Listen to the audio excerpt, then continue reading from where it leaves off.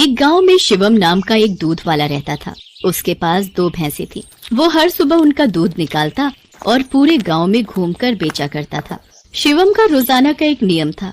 दूध बेचने के बाद उसके पास जो भी दूध बचता था उसे शिवम रास्ते में शिव जी के मंदिर में शिवलिंग पर चढ़ा देता था। उसका दोस्त मंगल रोजाना उसे ऐसा करते देखता था। एक दिन, शिवम, तू इतनी मेहनत से पूरे गांव में दूध बेचता है और जो दूध बच जाता है उसे तू शिव मंदिर में चढ़ा देता है।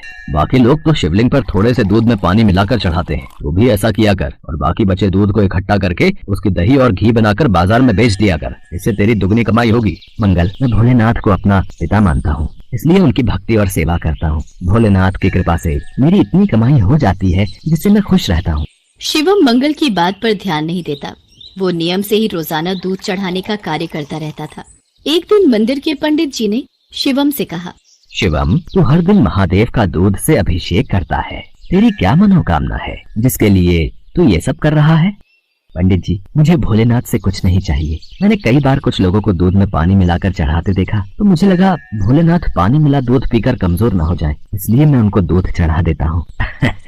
अच्छा, फिर ठीक है। एक दिन गांव में तेज बारिश हो रही थी।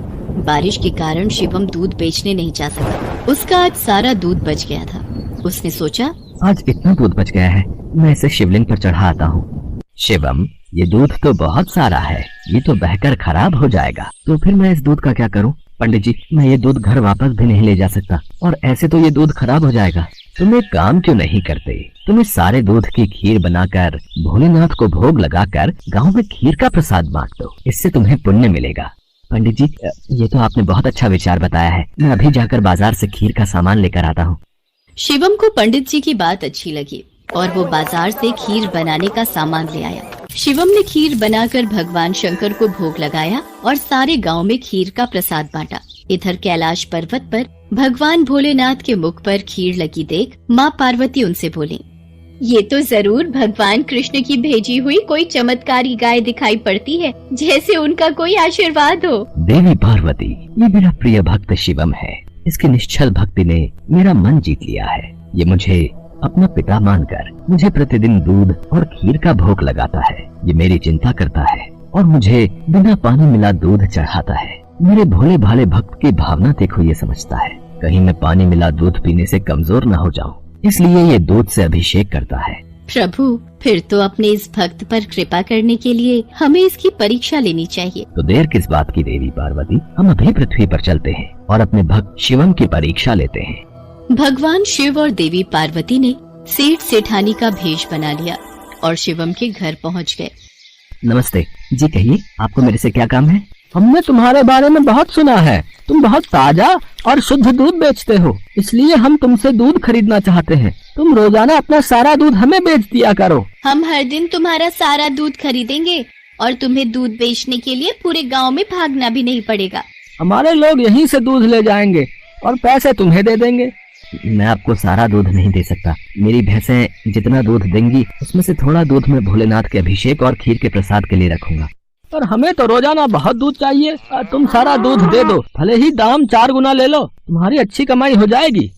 नहीं सेठ जी, मैं आपको सारा दूध नहीं दे सकता। आपको दूध लेना है तो मैं शिव मंदिर के हिस्से का दूध अलग करके ही आपको दे सकता हूँ, नहीं तो कोई बात नहीं। चलो भाग्यवान, हम कहीं और से दूध पता कर लेंगे। ये तो कोई बहुत बड़ा शिव भक्त जान पड़ता है। सेठ और सेठानी वहाँ से चले गए। कुछ दूर जाकर उन्होंने एक गरीब ब्राह्मण का भेष बना लिया।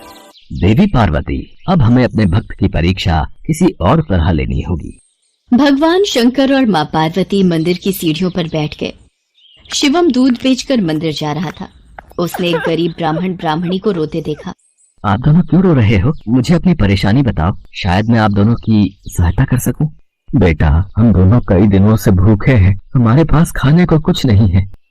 आप परेशान मत होइए, मेरे पास कुछ दूध बचा हुआ है और एक डिब्बे में ये खीर है। आप ये दूध पी लो और ये खीर खा लो, इससे आपका थोड़ा पेट भर जाएगा।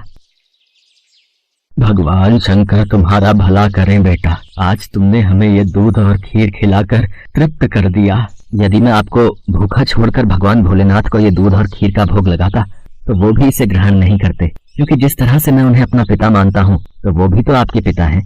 तो मैं उनकी संतान को भूखा कैसे रख सकता था? इसलिए मैंने ये दूध और खीर आपको दिया। पर बेटा, ये प्रसाद और दूध तो तुम भगवान भोलेनाथ के लिए लाए थे, तुमने हमें दे दिया। तुमने हमारे लिए अपना नियम क्यों तोड़ दिया?